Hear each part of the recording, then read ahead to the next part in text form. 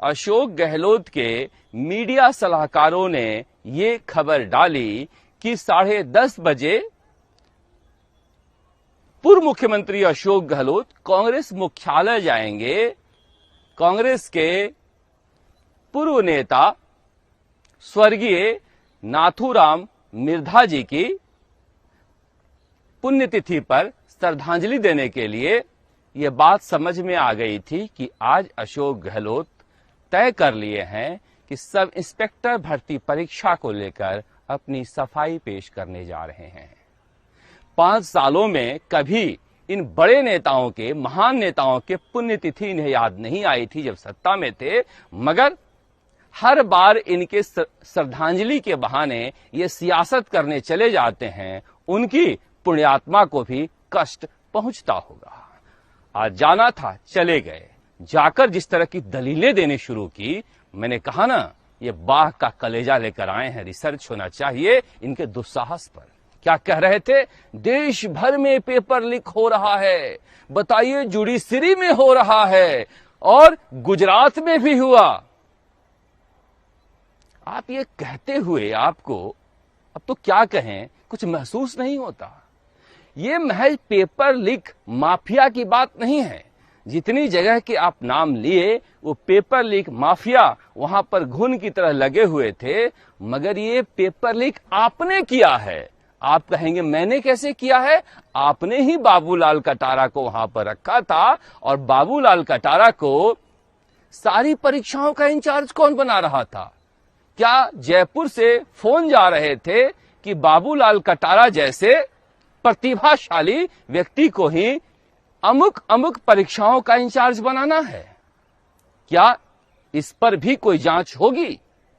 बाबूलाल कटारा कैसे आरपीएससी में आए हैं, उन्होंने सब कुछ बता दिया है तोते की तरह। इसे रिकॉर्ड पर लेने का साहस भजनलाल शर्मा को करना चाहिए, क्योंकि जब हनुमान बेनीवाल साठगांठ की बात करते हैं तो फिर बीजेपी के लिए अग्नि परीक्षा है कि इस आरोप से वो बाहर निकल के दिखाएं। कोई तो होगा जिसने बाबूलाल कटारा को आरपीएससी में लेकर आया, और जब बाबूलाल कटारा बता ही रहा है तो रिकॉर्ड में लेने में क्या दिक्कत है? मगर इन पर चर्चा हम करते रहेंगे। पर चर्चा का आज खास बिंदु था कि फैसले को लेकर उन्होंने कोई ट्वीट नहीं किया था। दिन भर में जो उन्होंने मीडिया कंपनी को हायर कर रखी है भारी भरकम पैसे में, अशोक गहलोत ने, वो दिन भर ट्वीट करते रहते हैं, मगर एसआई के ऊपर फैसले को लेकर कुछ नहीं कहा था। आज आए और उन्होंने कहा ये सरकार का दोहरा चरित्र है। किस सरकार का? इस सरकार का दोहरा चरित्र कोर्ट में जो रहा उस पर हमने खूब बातें की हैं, मगर अशोक राठौड़ और वीके सिंह में बड़ा फर्क है। जिस एसओजी में आज जांच हो रही है, उस एसओजी में मनोहर कहानियां छपती थी कि सचिन पायलट को कैसे देशद्रोह के मुकदमे में फंसाया जाए कि वो सरकार गिराने में लगे हैं। इसमें कहानियां गढ़ी जाती थी कि गजेंद्र सिंह शेखावत को कैसे फंसाया जाए। इसमें जांच नहीं होती थी। ये फर्क है सरकार के चरित्र और दोहरे चरित्र में।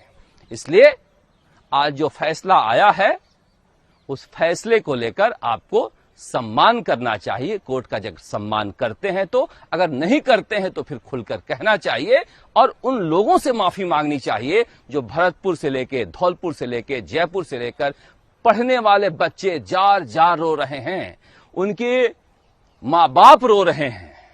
ये अन्याय है उन पढ़ने वाले बच्चों के साथ, मगर जो महाअपराध आपने किया है उसमें ये होना ही था, ये बलिदान उनका होना ही था। इसके अलावा कोई उपाय था नहीं।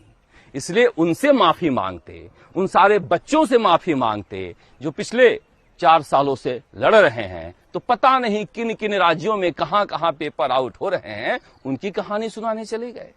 जुडिशरी में जो पेपर आउट कर रहे थे यही गैंग था, और जगदीश बिश्नोई का कनेक्शन कहां कहां था आपको पता नहीं था क्या? जब डॉक्टर क्यूरीलाल मीणा ये बात कर रहे थे कि रीट परीक्षा को सुरेश ढाका का गैंग लीक कर रहा है, सेकेंड ग्रेड परीक्षा का प्रश्न पत्र लीक कर रहा है, तो डोटासरा जी बयान दिया करते थे कि एक गैंग वाला दूसरे गैंग की खबर दे रहा है डॉक्टर किरोड़ीलाल मीणा को। याद है यह बयान गोविंद सिंह डोटासरा जी का, शिक्षा मंत्री का। ये क्यों दे रहे थे? उनको पूरी कहानी पता थी कि जगदीश बिश्नोई जो है वो पूरी खबर दे रहा है रीट पेपर लीक को लेकर और सेकेंड ग्रेड पेपर लीक को लेकर।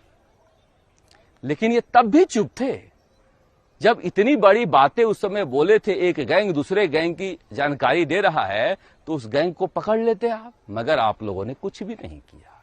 खैर, अब नया मसला लेकर आए कि हनुमान बेनीवाल और डॉक्टर किरोड़ीलाल मीणा दोनों हमारा सरकार गिरा रहे थे। हनुमान बेनीवाल ने तो पहले दिन ही कह दिया था कि हमारे पास जो विधायक हम सचिन पायलट को देते हैं। सियासी संकट में भी कह दिया था कि हमारे पास जो विधायक है हम सचिन पायलट को देते हैं। अब बचा क्या था? डॉक्टर किरोड़ीलाल मीणा उस समय पेपर लीक के खिलाफ आपकी सरकार के खिलाफ लड़ ही रहे थे, तो जाहिर सी बात है इसमें नया क्या है? नया जो अगर था, सरकार गिराने की साजिश थी, तो आपने सोनिया गांधी का इज्जत गिरा दी 25 सितंबर को। आप सचिन पायलट के खिलाफ उस साजिश का सिरा नहीं ढूंढ पाए। अगर नहीं ढूंढ पाए और झूठ बोले थे तो उसके लिए माफी मांगिए, अगर नहीं ढूंढ पाए तो उस नाकामी के लिए माफी मांगिए। अब आरोप लगाने का क्या मतलब है जब उसके बाद आप 4 साल तक सत्ता में रहे और उसके बाद भी आप कुछ भी, आपकी एसओजी, आपकी एसीबी जानकारी इकट्ठा नहीं कर पाई, जबकि कई अधिकारी पुलिस वाले कहते हैं कि उन्हें बर्फ में सिर्फ इसलिए लगा दिया गया क्योंकि मुख्यमंत्री निवास में उन्हें बुलाकर कहा गया था कि तुम जाओ और उन विधायकों को हरियाणा से उठाकर लाओ, पुलिस की फोर्स लेकर जाओ। उन्होंने मना कर दिया कि हम सियासी टूल नहीं बनेंगे।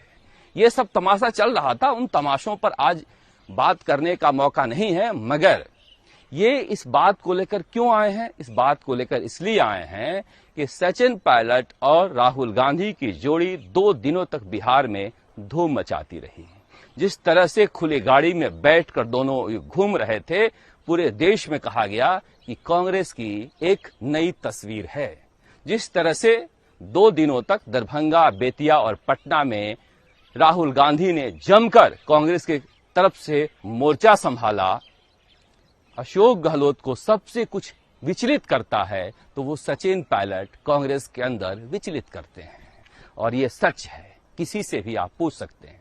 गोविंद सिंह डोटासरा भी एक समय परेशान हो गए थे इन चीजों से कि घूम फिर के ये वहीं आ जाते हैं। मगर अब कांग्रेस को साधुवाद देना चाहिए कि पूरी वोट चोरी यात्रा के दौरान अशोक गहलोत को नहीं बुलाया गया। इसलिए नहीं बुलाया गया कि बिहार में पेपर लीक एक बड़ा मुद्दा है और अशोक गहलोत सरकार में कोई पेपर ही नहीं छोड़ा गया जो लीक नहीं हुआ था। उन्होंने कहा कि एक तो वसुंधरा सरकार बना के गई थी रामू राम राई का।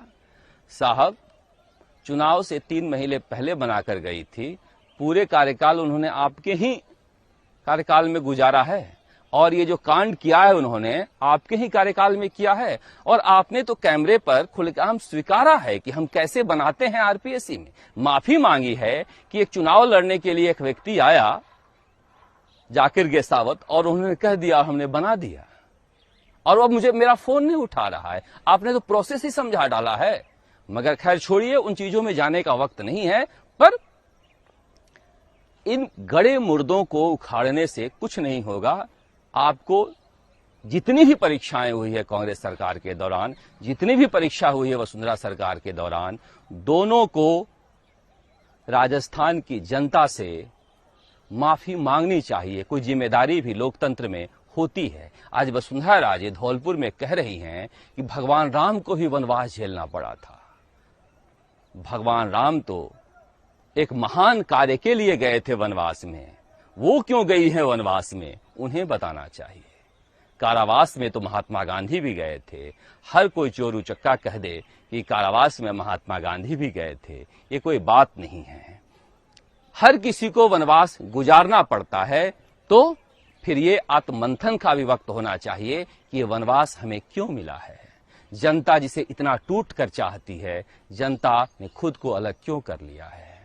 ठीक उसी तरह जिस तरह से राहुल गांधी ने अपने वोट चोरी यात्रा में अशोक गहलोत को अलग रखा, राजस्थान में कांग्रेस को भी अगर आगे बढ़ना है, नई पीढ़ी के साथ खुद को जोड़कर रखना है, तो फिर अशोक गहलोत को नेपथ्य में रखना होगा, जिस तरह से बीजेपी ने इस चुनाव में वसुंधरा राजे को नेपथ्य में रखकर चुनाव लड़ा।